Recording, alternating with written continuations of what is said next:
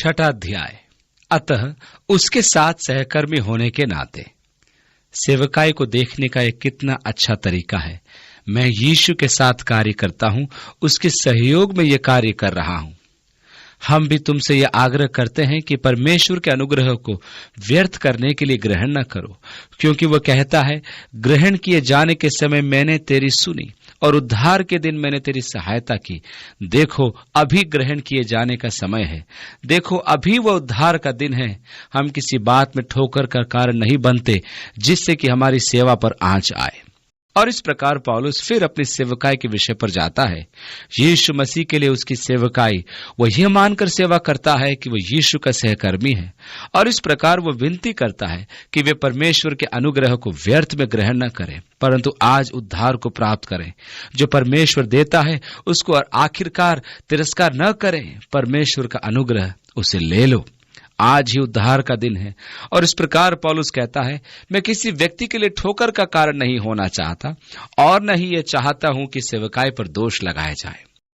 चौथी आयत, परंतु हर बात में परमेश्वर के योग्य सेवकों के सदृश अपने आप को प्रस्तुत करते हैं, यह सिद्ध करने में कि मेरी सेवकाई सचमुच परमेश्वर से है। सर्वप्रथम शारीरिक रूप से बड़े धैर्य से, क्लेशों से, दरिद्रता से, संकटों से, कोड़े खाने से, कैद होने से, हुल्लड़ों से, परिश्रम से, जागते रहने से, उपवास करने से।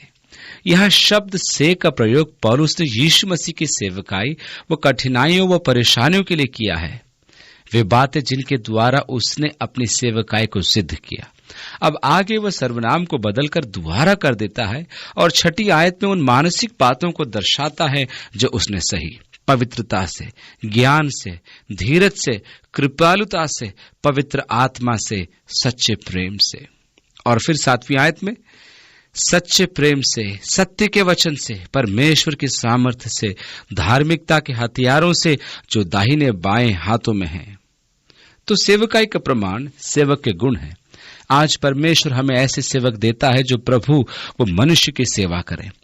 आठवीं आयत से आगे, आदर और निरादर से, दुर्नाम और सुनाम से, यद्यपि भरमाने वालों जैसे मालूम होते हैं तो अभी सच्चे हैं, अनजानों के सदृश हैं तो अभी प्रसिद्ध है, मरते हुओं के समान हैं और देखो जीवित है, मार खाने वालों के सदृश हैं परंतु प्राण से मारे नहीं जाते, शोक करने वालों के समान हैं परंतु सर्वदा आनंद करते हैं, कंगालों के समान हैं परंतु बहुतों को धनवान बना देते हैं। ऐसे हैं जैसे हमारे पास कुछ नहीं तो भी सब कुछ रखते हैं।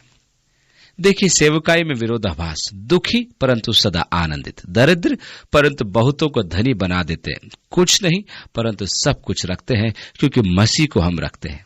और 11वीं आयत में लिखा है, हे कुरिन्थियों, हमने तुमसे खुलकर बातें की हैं, हमारे हृदय खुले हैं। मैं अपने को तुम्हारे सामने प्रस्तुत कर रहा हूं, मेरा हृदय तुम्हारे लिए बड़ा है। और 12वीं आयत में, हम तुम्हारे लिए रुकावट का कारण नहीं हुए। रुकावट का कारण शब्द का असली अर्थ सकड़े स्थान है, और सकड़े स्थान का मतलब है ऐसे जगह पर आ जाना जहां पर आपके अंग बीच में आ जाएं। और इस प्रकार रखने जाने का अर्थ है कि टेढ़ापन या जो कुछ भी है, यदि अधिक दबाया जाए तो सीधा हो जाता है, आप सीधे कर दिए जाते हैं। तो सकड़े स्थान में दबाए जाकर ताकि सीधे किया जाए, सकड़ी जगह में दबाए जाने की पीड़ा। और पौलुस कुरिन्थियों से कहता है, मेरे कारण तुम्हें सकड़े स्थान में नहीं दबाया गया, परंतु तुम स्वयं में रुकावट पाते हो। तुम्हें बच्चे समझकर अब मैं कहता हूं कि तुम भी इसके बदले अपने हृदय हमारे लिए दो। तुम्हें इस दबाव में नहीं देखा गया है, तुम्हें पीड़ा नहीं दी गई इस सकड़े स्थान में, परंतु मेरा हृदय तुम्हारे लिए खुला है। मेरी विनती है कि तुम भी खोलो, तुम्हारे हृदय खोलो, तुम इस दबाव में स्वतः न पड़ जाओ, न ही सकड़े स्थान में फंसे रहो। और 14वीं आयत में, अविश्वासियों के साथ असमान जुए में न जुतो, क्योंकि धार्मिकता और अधर्म का क्या मेल जोल, या ज्योति और अंधकार की क्या संगति। कितने लोग विश्वास करते हैं कि वे विशेष हैं जिन पर पवित्र शास्त्र लागू नहीं होता, और इस प्रकार वे जो चाहते हैं वे कर सकते हैं और परिस्थितियों के आधार पर करते हैं। परमेश्वर नहीं करता। परमेश्वर सचमुच नहीं सोच रहा था कि उनकी परिस्थिति के कारण वे अपने नियम को बदल सकते हैं। और इस प्रकार बहुत लोग हैं जो असमान जुए में अविश्वासियों के साथ जुटते हैं। यह विश्वास व आशा करते हुए कि बातें ठीक हो जाएंगी और परमेश्वर उनका ख्याल कर लेगा। एक पुरानी यूनानी कहावत है कि देवताओं का पासा भारी है, अर्थात आप परमेश्वर के विरोध में जीत नहीं सकते। आप परमेश्वर के वचन को किसी हाल से हरा नहीं सकते। मेरी सेवकाई के दौरान बहुत से युवक आए कि वे प्रेम में हैं और वे अपने सपनों के व्यक्ति या सपनों की रानी से विवाह करना चाहते हैं, परंतु वे मसीही नहीं हैं। परंतु मुझे मालूम है कि मेरे मसीही जीवन व प्रेम के द्वारा मैं उनको मसीह में ले आऊंगा। परंतु वहां वचन कहता है, अविश्वासियों के साथ असमान जुए में न जुतो। ऐसे लोग पवित्र शास्त्र के स्पष्ट परामर्श के बाद भी विवाह कर लेते हैं और ज्यादातर ऐसे प्रेम विवाह में दोनों के बीच के रिश्तों में दरार पड़ जाती है। मुझे ऐसे कुछ लोगों की व्यथा को सुनने का मौका मिला है जो कहते हैं, काश कि मैं आपकी बात मान लेती या मान लेता, मैं तो नरक में जी रही हूं, मैंने शायद उससे कभी प्रेम ही नहीं किया। ऐसे लोगों का जीवन बर्बाद हो जाता है क्योंकि उन्होंने सोचा कि वे परमेश्वर की आज्ञा के विपरीत जाकर जीत जाएंगे। इसलिए वचन में लिखा है, अविश्वासियों के साथ असमान जुए में न जुतो। अब यह बात केवल विवाह तक सीमित नहीं है, यह भिन्न प्रकार के जुओं के लिए सत्य है।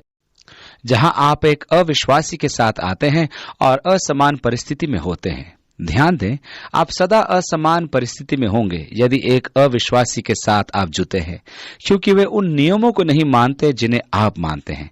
वे उसी नैतिकता से नहीं जीते जिससे आप जीते हैं, और झूठ बोलने से वे परेशान नहीं होते, बेईमानी करने से वे परेशान नहीं होते, अनर्थक बातों से वे परेशान नहीं होते, परंतु आप होंगे।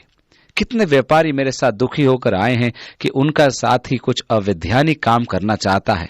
वे सारे लाभ को सूचित करना नहीं चाहते, वे 2 हिसाब किताब रखना चाहते हैं। मैं क्या करूं? क्योंकि वे असमान जुए में जुटे हैं। अधार्मिकता को धर्मी के साथ क्या काम, ज्योति का अंधेरे से क्या काम। 15वीं आयत, और मसीह का बलिया के साथ क्या लगाव, या विश्वासी के साथ अविश्वासी का क्या नाता। आप असमान बातों को साथ लाना चाहते हैं, उसका परिणाम सदा नाशक होगा। 16वीं आयत, या मूर्तियों से परमेश्वर के मंदिर का क्या समझौता, क्योंकि हम तो जीवित परमेश्वर के मंदिर हैं। यह पुराना तंबू जीवित परमेश्वर का मंदिर है। पौलुस कहता है, क्या तुम नहीं जानते कि तुम्हारी देह पवित्र आत्मा का मंदिर है जो तुम में है, तुम अपने नहीं हो वरन एक मूल्य देकर खरीदे गए हो। परमेश्वर के मंदिर का मूर्तियों से क्या संबंध हो सकता है? जैसा कि परमेश्वर ने कहा, मैं तुम में निवास करूंगा और उनमें चला फिरा करूंगा और मैं उनका परमेश्वर होऊंगा और वे मेरे लोग होंगे। इसलिए प्रभु कहता है, उनमें से निकल आओ और अलग हो जाओ, और जो कुछ अशुद्ध है उसे न तो छुओ, तो मैं तुम्हें ग्रहण करूंगा और मैं तुम्हारा पिता होऊंगा और तुम मेरे बेटे बेटियां होंगी। सर्वशक्तिमान प्रभु ये कहता है। तो परमेश्वर अपने लोगों को अलग होने के लिए कहता है। आपको जगत से भिन्न होना है। आप जगत से सच्ची संगति नहीं रख सकते। आपके मिलन का सामान्य स्थान नहीं है। आप 2 भिन्न परिस्थितियों को एक साथ रखना चाहते हैं। आप शारीरिक जीवन को आत्मिक से जोड़ना चाहते हैं। वे आपस में नहीं मिल सकते। यह असमान जुआ है। तो परमेश्वर कहता है, अलग करो। प्रभु कहता है, अलग रहो, अशुद्ध वस्तुओं को न छुओ। और परमेश्वर ने कहा, मैं पिता हूंगा और तुम मेरे पुत्र व पुत्रियां होंगे। परमेश्वर के संतान होने के नाते आप उससे भिन्न जीवन जीते हैं जो परमेश्वर के संतान नहीं। आपसे भिन्न जीवन की आशा उनकी होती है, भिन्न स्तरों में, भिन्न लक्ष्यों में। यदि तुम उन्हीं से प्रेम करते हो जो तुमसे प्रेम करते हैं, तो तुम दूसरों से अधिक क्या करते हो? अन्य जाति भी ऐसा ही करते हैं। परंतु मैं तुमसे यह कहता हूं कि अपने बैरियों से प्रेम रखो, और जो तुम्हें श्राप देते हैं उन्हें आशीष दो, और जो तुमसे घृणा करते हैं उनका भला करो, और अपने सताने वालों के लिए प्रार्थना करो। प्रभु यीशु अपने पहाड़ी उपदेश में मानो यह कह रहा है, तुम्हें संसार के लोगों से भिन्न होना है। 2 कुरिन्थियों उसके 5वें अध्याय की 17वीं आयत में लिखा है, तुम एक नई सृष्टि हो, पुरानी वस्तुएं जाती रही, देखो सब नई हो गई हैं। और अब परमेश्वर आप पर अपने पुत्र व पुत्रियां होने का दावा करता है। 1 यूहन्ना 2:15 में, संसार से प्रेम मत करो, न ही जगत की वस्तुओं से, क्योंकि जिन हृदय में संसार का प्रेम है उनमें पिता का प्रेम नहीं। आत्मा की क्या पुकार है? परमेश्वर से मेल कर लो, मेल की सेवकाई। आपका परमेश्वर से मेल केवल तब हो सकता है जब आप आत्मिक जीवन जिएं, शरीर को तजें, अपने आप को तजें, आत्म केंद्रित जीवन को तजें और अपना क्रूस उठाकर उसके पीछे हो लें। और यही परमेश्वर की आत्मा की चुनौती है आज हमारे लिए। पिता, तेरे वचन के लिए तेरा धन्यवाद, और काश तेरा आत्मा तेरे वचनों को लेकर हमारे हृदयों में गहरा छाप छोड़ दे, ताकि हम चंगे हो जाएं। अपने साथ हमारे संबंध को चंगाई दे, ताकि हम अपने प्रभु यीशु मसीह के द्वारा पिता से मेल कर लें। अपने वचन पर आशीष दे कि वह हम में जड़ पकड़े और बढ़े, और तेरी महिमा के लिए हम फलवंत हो। यीशु के नाम में आमीन। और तुम वचन पर चलने वाले बनो, न कि केवल सुनने वाले, जो कि स्वयं को धोखा देते हैं। क्योंकि जो कोई परमेश्वर को वचन को सुनता है और उस पर चलता नहीं, वो उस मनुष्य के समान है जो दर्पण में देखता है, परंतु जैसे ही हटता है, जो देखा उसे भूल जाता है। कितना सरल है ना। हमारा अपना एक प्रतिबिंब है।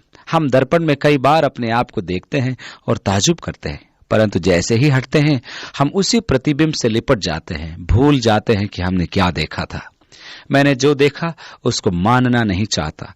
मैं अपने प्रतिबिंब को अपने विषय सत्य से अधिक पसंद करता हूं। मेरे प्रतिबिंब में मैं सही हूं जो सत्य से दूर है, और वो उसी प्रकार का व्यक्ति है जो परमेश्वर के वचन को सुनता है, आदर्श को मानता है, परंतु उसके अनुसार जीता नहीं है। वो धोखे में है, वो खतरनाक धोखे में है। भजनकार लिखता है, परमेश्वर मुझे जांच और मेरे हृदय को जान ले। यीशु के नाम में आमीन।